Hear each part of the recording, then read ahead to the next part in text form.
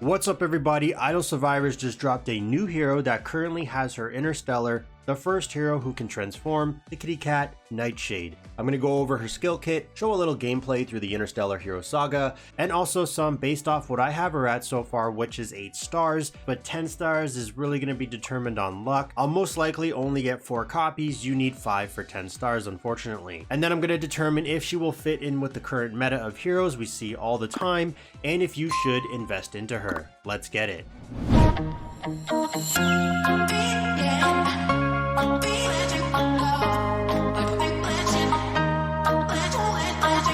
There are still 2 new heroes that we will eventually have. I covered these in a video thumbnail here, and it will be clickable at the end of this one. But for now, let's focus on Nightshade, who is first from the Reconstructor faction and an Assault DPS hero. Bringing her up on the screen, she's definitely looking rather feline. Got some cute little purple or pink, I never knew what colors are. Paws floating around, of course sporting that Catwoman outfit, and then poof, now she is a cat. First hero in the game to transform. I actually really like this, and this leaves the door open for other heroes to do the same. So she is an assault hero, which I have said is typically like an assassin style, meaning has a leap mechanic, single target DPS, but she's definitely not an assassin. Let me start off with her skill, form shifting, so you can get an understanding of what this hero is about. So she has 2 forms, human form and shadow cat, but I'm going to say kitty cat because I just like the way it rolls off my tongue. In human form, her attack is increased and damage to ranged heroes is boosted by 20%. This is at the base level, by the way, so right out of the alleyway. This is going to be very interesting because after some testing, there is no class restriction. Range doesn't need to be only DPS. It simply means any hero who stays in the back line. So Coral Diva would technically be ranged because she's not walking up to the front line. Kitty cat form, her dodge is increased by 10% and damage taken from melee heroes is reduced by 20%. If there are no allied heroes nearby, dodge is increased by an additional 10%. Once again, this game is kind of tough to understand the radius of some of these hero skills, but what I really like about this skill is form shifting is very fluid and I can't see any cooldown timer, so she just constantly transitions smoothly based off the enemy layout. What I will say, in order to activate her kitty cat form, the enemy has to be literally stepping on her feet or her paws, not beside, not slightly inside her personal space, but basically dancing with her. Soon as Master Samurai or Field Medic get in the Tango range, she transforms instantly. When she's in kitty cat form, I will say she does tend to dodge a lot. I do see those dodge numbers pop up frequently. But now that you have an idea of how transform works, let's go to the next skill, Strategic Blade. So for all her damage moves, you will see both human and kitty cat form. Keep in mind, I do think there's no cooldown, like I said, between switching, so this will be continuous damage based off the form she is in. Both of her forms, her basic attacks target enemy heroes dealing damage, and some of that damage is converted into shadow damage. Shadow damage is going to be very important because it's everywhere in her skill kit. Now remember, this is just her basic attacks that are going to be able to apply that shadow damage debuff. From some quick testing in the hero saga, you can see her basics are doing about 1.1 million to Fatal Lily. If I stop and then I move her to the middle, so she targets the backline middle, which will be Miss Poison, she still does 1.1 million. However, if I place her in the front to target a non-ranged hero, so melee, a hero who goes into close range combat, such as Field Medic or Master Samurai, even though she still is in human form for that brief moment, she no longer does that 1.1 million. So that 20% range damage boost is no longer. Then if they were to be taken out, she would go back into human instantly if there was no enemies around her. 2 things here, target enemy heroes. What this means is simply whatever enemy is opposite of her when the battle starts. So basically what I showed earlier, moving her around changes who she targets first. Shadow damage, reducing the enemy's maximum HP, so that's countering tank heroes who naturally have more HP, plus you have watch skills such as life percent can be used that will also be affected. Plus, shadow damage cannot be mitigated, meaning damage reduction stats won't matter, so like on the base stats of watches. Tank heroes like Justice Angel or Soul Guardian will be countered, or at the very least, easier to take out of the fight with her in your lineup. And it also prevents energy regeneration, which is the big kicker to the debuff. However, it's very hard when I'm doing testing to even see if this has a big impact. I mean, it does work, but it's not as much as I initially thought. It seems to be able to make the enemy skip one skill rotation, if that makes any sense. What I'm curious about is if she keeps applying shadow damage, will it become more effective the longer the duration of the battle? That I still have to figure out. Annoying heroes like Coral Diva or Holy Bishop, who thrive off their ultimates, one to heal everyone and one to revive everyone, who are seen a lot in the game, will have their usefulness reduced if that is who she is targeting, and timing of their skills rotation. Next skill we have Shadow Waltz. For human form, does multiple attacks to the current target, once again applying some of that damage as shadow damage. Now where it gets a little weird is I know there's always translation issues in these games, but it applies energy block for 1.5 seconds. So if we look down here, shadow damage debuff already prevents energy regeneration. I have no idea the timer of this, but it does do this. Her previous skill simply just says shadow damage with no duration indicated.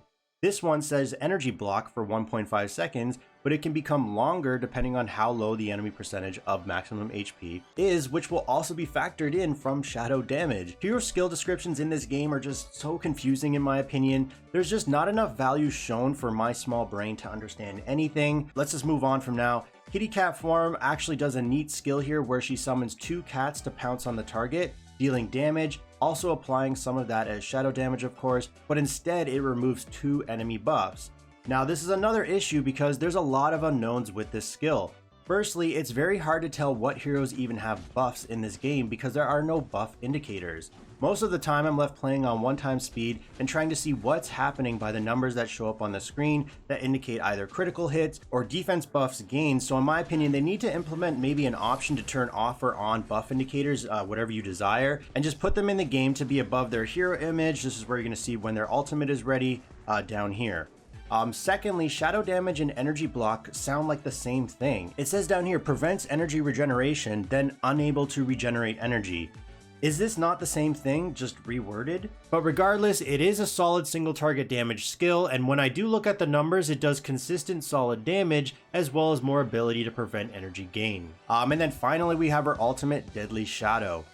Human form locks onto the current target and charges up, dealing high base value damage of 700%. Now it's not the highest in the game, as other heroes like Imperial Warrior with 800+%, or Dr. Smart with 900+% as their base values. But yeah, there are many others.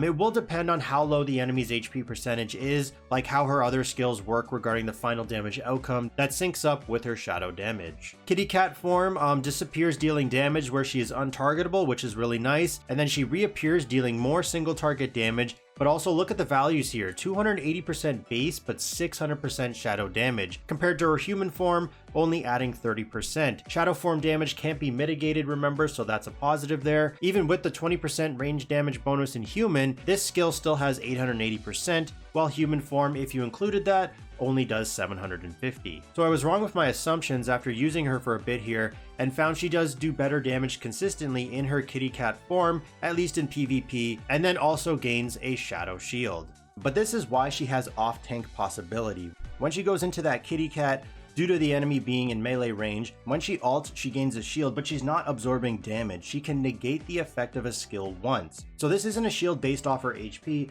It doesn't block or reduce the damage to my knowledge. It just simply blocks one skill. So she has basically CC, crowd control immunity. It can be leveled up to block 2, which is going to be at 10 stars. Overall, this is going to be a heavy hitting single target skill. I will put some combat on the screen right now so you can see some of the numbers. That has a lot of RNG for the final damage because it's going to be based off the enemy's remaining max HP. The tanking aspect is okay, but it's not something really to rely on. It's just a nice added bonus she has. She can do a lot of DPS, and then she can also off tank when she needs to. As for her exclusive, it's literally the same thing as Sublime Spears. If you don't know what his is, I'll read hers.